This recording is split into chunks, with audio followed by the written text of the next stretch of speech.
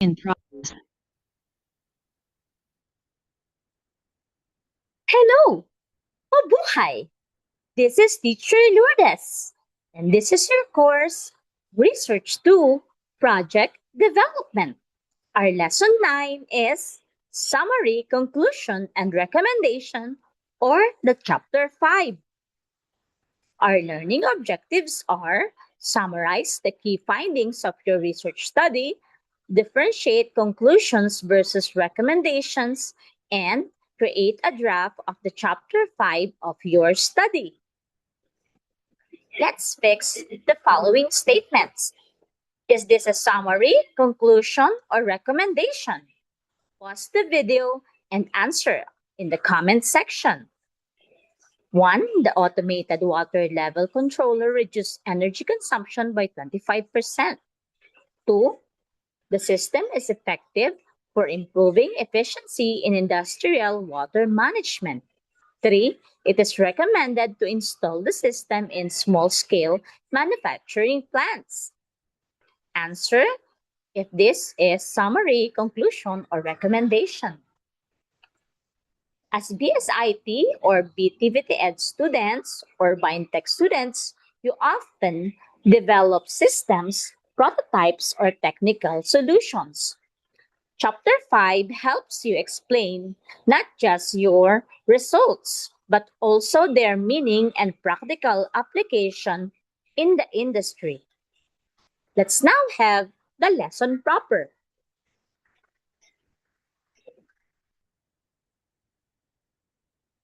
Let's discuss the summary of findings. The summary of findings presents the key results of your study based on the gathered data. It answers the research questions, organized based on objectives, and it is purely factual. There is no interpretation. Your interpretation is included in the chapter 4 of your study. In chapter 5, there are no interpretation, only the summary of findings. So, in chapter 5, you don't need to mention any related literature, whereas in chapter 4, your discussion of your findings following each objective, there should be mention of related literature which supports your findings. So it's very important that you include discussions about related literature to support the findings of your study in chapter 4. Whereas in chapter 5, you will only summarize the findings of your study, referencing from the chapter 4. In your discussion of the chapter 5, you will only use paragraphs. Okay? So, what did the system or the project achieve? That is your guide question in crafting your chapter 5. For example, in the context of industrial technology, the study found that the developed Arduino-based temperature monitoring system maintained accuracy within plus or minus 1 degree Celsius and reduced manual monitoring time by 40%. So, this is the summary of the finding. Of course, it is not limited to one sentence. You can further summarize other findings of your study. So now let's go to the conclusion. The conclusion part of your chapter 5 explains the meaning and implications of your findings. These are derived from the results, and it answers the main problems of your study. And also, it shows the importance or significance of your study. So the guide question is, what do these results imply for the technology or industry in the case of the industrial technology research? For example, the developed system is an effective tool for improving efficiency and accuracy in industrial temperature monitoring processes. So, In discussing your conclusion, these are also composed of several paragraphs. You must explain the meaning and the implications of your study. So, what will be the uh, importance and the possible answers that is emanating from your main problem or problems. So now let us discuss the recommendations part.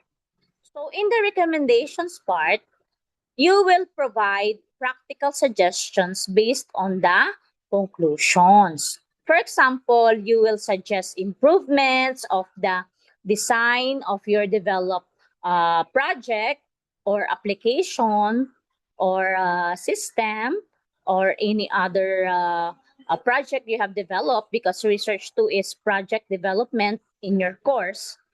And also, you will suggest applications and you will also suggest future studies. So, the guide question is, what should be done next? In the context of industrial technology, it is recommended that the system be integrated with IoT platforms for real-time remote monitoring in manufacturing industries.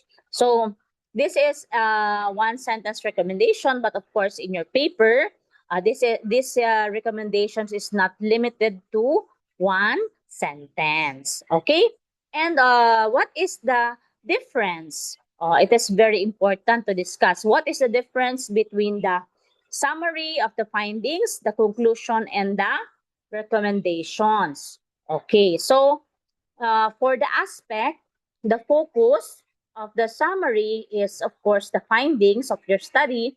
And in the conclusion, you will discuss what is the meaning of your findings. And the recommendation is the action. What are the possible actions to be done to support the findings or the meanings of your study?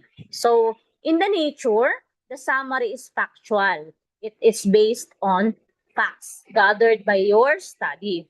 And the conclusion is interpretative. So you will interpret the facts found by your study. And the recommendations is suggestive. And in the answers, the summary is discussing what happened to your study. And the conclusion, it discusses the meaning or what does it mean of your study. And the recommendation is what should you do.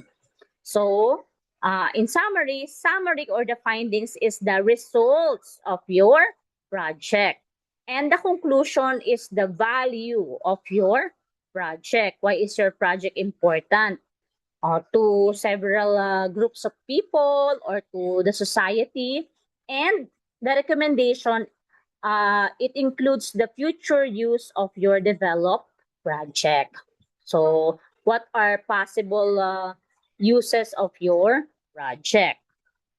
So, in your recommendations, you can also discuss and then you can list down the recommendations in your study. So, now let's have the student activity. The title is Write Your Chapter 5. So, using your industrial technology or BTBT Ed Research Project or prototype, write the following. So, you will write 3 to 5 paragraphs, summary statements of the findings, and 2 to 3 paragraphs of your conclusion, and 2 to 3 recommendations according to the number of your objectives or the statement of your problem. So the guide questions are, what are the key results of your system or your project or your study? And what do these results mean in your field in industrial application or BTBT Ed? And how can your project be improved or used in real-life settings. So, I have here an example topic for practice titled Development of a Solar-Powered Charging Station for Mobile Devices. So, let's see the sample draft of uh, Chapter 5, Summary, Conclusions, and Recommendations. So this is just an example. In your paper, you can discuss the summary of findings, the conclusions, and the recommendations deeply, and you can discuss your findings very specific and uh, comprehensive manner. So let's read the summary of findings, for example, in the given study. The study aimed to develop a solar-powered charging station for mobile devices. The findings revealed that the system efficiently generated power with an average output of 5 volts and successfully charged devices within acceptable time limits. The system also demonstrated sustainability and reduced dependency on conventional electricity. Conclusions. The developed solar powered charging station is a viable alternative energy solution for mobile charging. It is efficient, environmentally friendly, and suitable for use in off grid or rural areas. So, the conclusion is just a few sentences. But in your study, if you need to uh, use or create several paragraphs to summarize the conclusions much better. And recommendations, it is recommended that one, the system be enhanced with battery storage for continuous operation. Two, future studies explore higher capacity solar panels. And three, the project can be implemented in community-based charging stations. So in your recommendations, you can make three or more recommendations, which are uh, future uses or future applications for your study. So that's our lesson. Um, uh, Remember, the summary of findings tells us what happened, conclusion tells us what it means, and the recommendation tells us what to do next. As future industrial technologies, your research should not only present results but also contribute to innovation and real world solutions. So, these are my references. Thank you so much for these references. And thank you also to canva.com, zoom.com, and ChatGPT. So this is your teacher, Teacher Lourdes, saying mabuhay.